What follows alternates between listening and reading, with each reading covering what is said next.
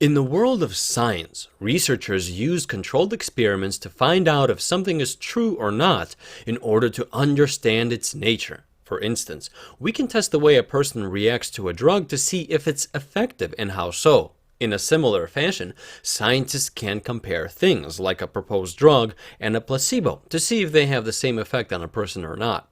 But in the world of cosmology, such experiments and comparisons are not possible. There is only one universe. We have nothing to compare it to. And for a lot of reasons, we simply can't actually experiment on the universe like we can in other branches of science. Therefore, cosmologists simply have to accept certain assumptions about the universe in order to try to understand it. Assumptions that actually help successfully describe the evolution and structure of our universe. These assumptions, involving the cosmological principle, will be described for you now. The assumptions that are made about our universe include that it is isotropic and homogeneous. Isotropic means the universe looks approximately the same in all directions. Homogeneous means one large region of the universe is approximately the same as any other large region of the universe. The two terms aren't exactly the same.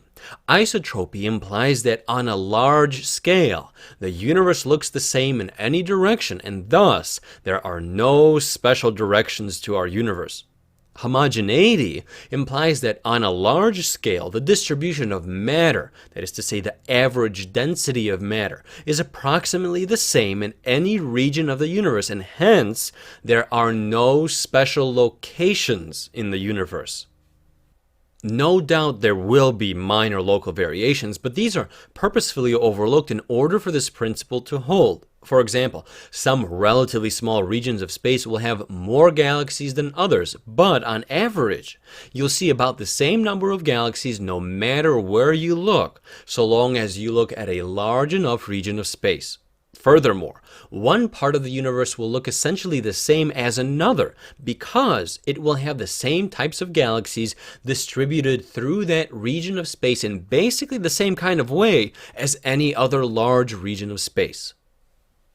Thus, the cosmological principle is then a fundamental principle and assumption of cosmology which says that on a large scale the universe is both homogeneous and isotropic. Now, this principle may be hard to understand, but we can simplify it to something familiar. Picture going to the beach on a nice day. On the beach is a sea of sand. If you look closely enough at a small region of sand and compare it to another small region of sand, it might look different. Maybe one part has a couple extra small pebbles compared to another. But if you take a look at a large enough swath of the beach, the distribution of sand and pebbles in any given area will be just about the same in amount and kind, and will look pretty much the same to you.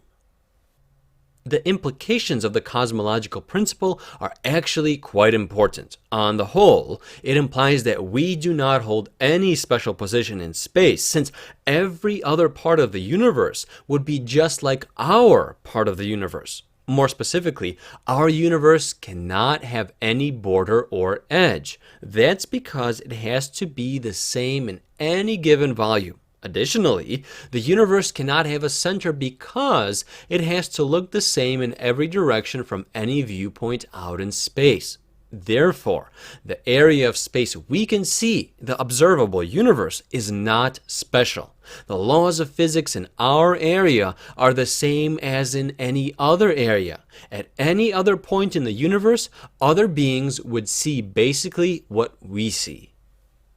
All of these implications are critical because it lets us assume that the small area of space we can observe is actually representative of the entire universe, not just the observable universe. By extension, the cosmological principle allows us to explain the entire universe, including the parts of it which we cannot see. So there you have it. Our place in the universe is not special. The universe has no center and no edge, and all properties of the entire universe are held to be the same as those which we can account for in our observable universe. These notions are all thanks to the cosmological principle, a fundamental principle and assumption of cosmology, which says that on a large scale, the universe is both homogeneous and isotropic.